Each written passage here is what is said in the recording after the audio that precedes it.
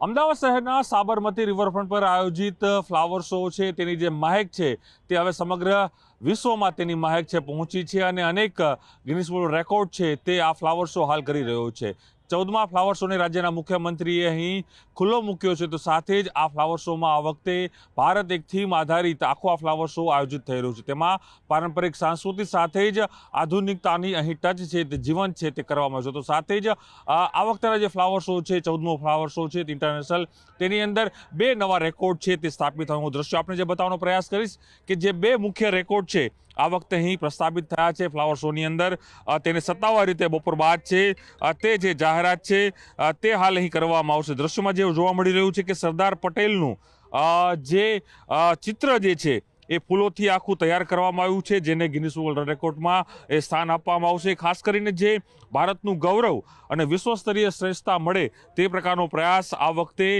Flower શોમાં કરવામાં આવી રહ્યો છે। 7.5 મીટર ઊંચું અને 40 મીટર લંબાઈની વિશ્વની સૌથી મોટી ફ્લાવર પેટ્રોટ જે આપણે નિહાળી રહ્યા છો જે સરદાર પટેલને સમર્પિત છે, કારણ કે સરદાર પટેલની 150મી જન્મ જયંતિ અમદાવાદ મહાનગરપાલિકા અને સમગ્ર ભારત વર્ષમાં તેની ઉજવણી થઈ રહી છે। ત્યારે આપ જોઈ શકો છો કે સાથે જ એ કહી શકાય કે આ રેકોર્ડ છે તે મૂકવાનો છે અને સાથે મંડળ જે બનાવવામાં આવ્યું છે એ ફ્લાવરનું એ જે મંડળ છે તે મંડળની અંદર અલગ અલગ જે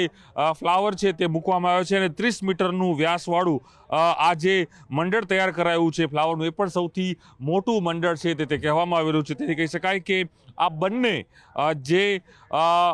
ગિનિસ બુક ઓફ વર્લ્ડ રેકોર્ડમાં તેને સ્થાન છે તે હાલ અહીં આપવાના છે તેવા દ્રશ્યો પણ જોવા મળી રહ્યા છે। અને ખાસ કરીને આ વખતે ફરી વખત જે અમદાવાદ શહેરનો જે ફ્લાવર શો છે તે પોતાની જે નવી મહેક છે તે છોડીને જવાનો છે અને આજથી શરૂ થયેલો આ ફ્લાવર શો છે આવનારા 22 જાન્યુઆરી સુધી આ ફ્લાવર શો છે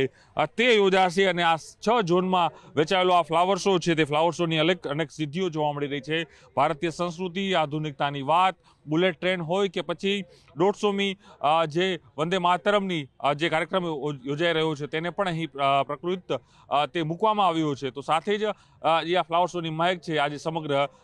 અમદાવાદ નહીં પરંતુ સમગ્ર વિશ્વમાં પહોંચી છે અને આ 14મો ઇન્ટરનેશનલ ફ્લાવર શો છે આજે પ્રજાજનો માટે ખુલ્લો મૂકવામાં આવ્યો છે।